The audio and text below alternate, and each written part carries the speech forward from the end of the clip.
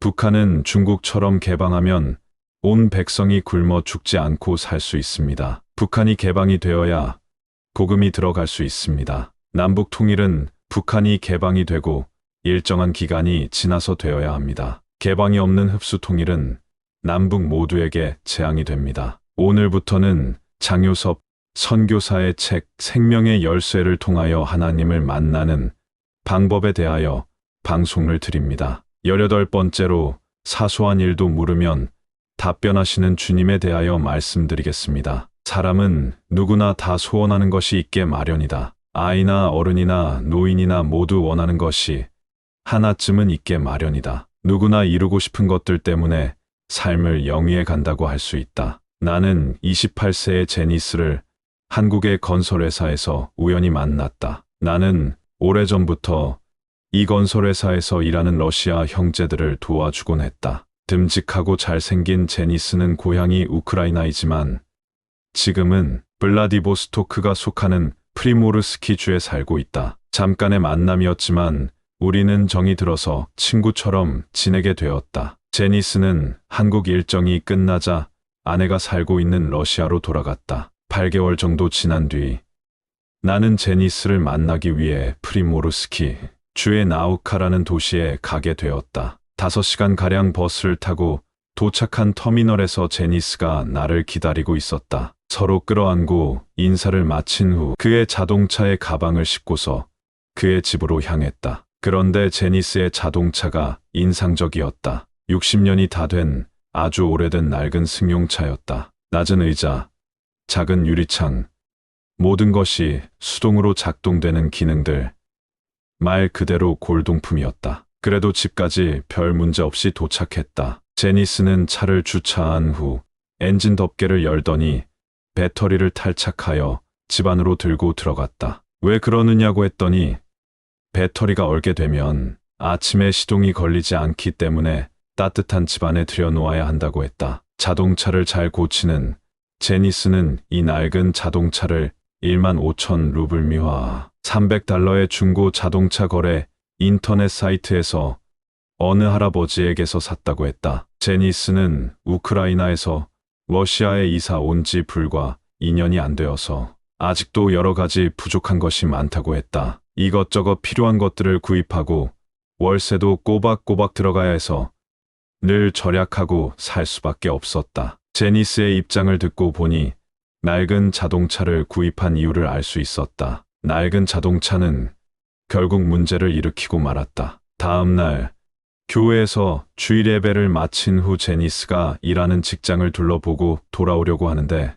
그 사이에 배터리가 얼었는지 시동이 걸리지 않았다. 10번, 20번 시동을 걸어보았지만 아무 소용이 없었다. 제니스가 워낙 기술자라 크게 걱정이 되지 않았지만 아무래도 문제가 생긴 것 같았다. 여기저기 나사를 조이는 등 시도를 해보다가 1시간 정도가 흘러가 버렸다. 하는 수 없이 제니스가 친구들에게 도와달라고 요청을 했고 20여 분이 지나서 친구가 왔다. 그 친구가 자기의 차 배터리에 우리 차 배터리를 전깃줄로 연결하여 시동을 걸자 순식간에 시동이 걸렸다. 추운 데다 배마저 고팠던 우리는 서둘러 집으로 돌아와서는 따뜻하게 식사를 마친 후 이야기를 나누었다. 제니스는 자기가 지금 가지고 있는 돈으로 웬만한 자동차를 구입해야겠다고 했다. 한꺼번에 지불할 돈은 없어서 은행에서 대출을 받아서 해결하든지 어쨌든 무슨 수를 써서라도 차를 사야겠다고 했다. 나는 제니스에게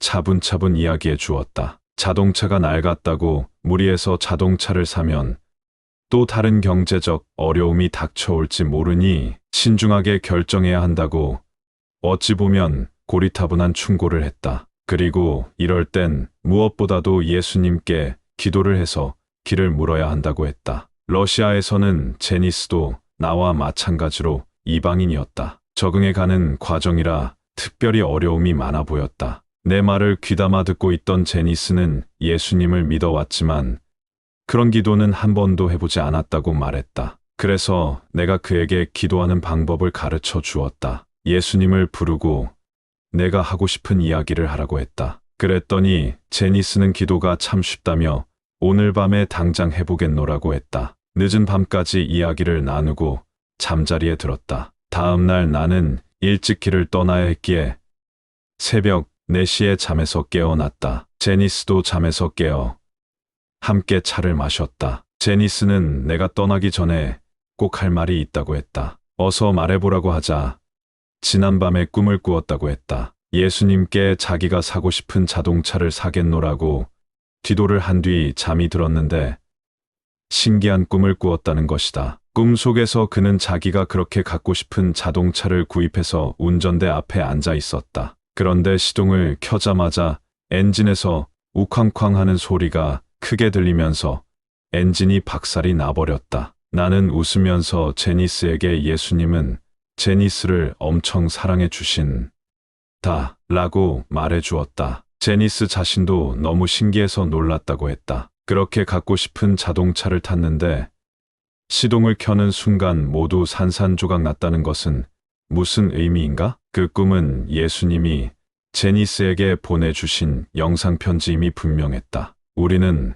모두 행복을 원한다. 그러나 한순간의 잘못된 판단으로 행복이 불행이 될 때가 적지 않다. 제니스가 행복하고자 구입하려고 하는 자동차가 시동을 켜는 순간 폭발하고 말았다는 것은 그 자동차를 아직은 감당할 수 있는 정도가 되지 못한다는 뜻일 것이었다. 낡은 차가 여러모로 신경이 쓰이겠지만 조금 더 능력이 갖추어질 때까지 기다리라는 메시지인 것이다. 기도를 통해서 예수님께 길을 묻지 않았다면 어떻게 되었을까? 제니스는 아마도 무리해서 새 차를 샀을 것이고 그로 인해 재정적으로 힘든 상황을 맞았을 것이다. 해답을 찾은 제니스는 안도의 웃음 속에서 처음으로 기도의 응답을 받은 데 대한 기쁨을 음미하고 있었다. 하나님에게 큰 일이나 사소한 일이나 한 가지입니다. 일상 속에서 하나님께 질문하고 응답받는 것은 예수의 생명으로 살아가는 것입니다. 이런 과정이 주 안에서 사는 것입니다. 계속하여 하나님을 만나는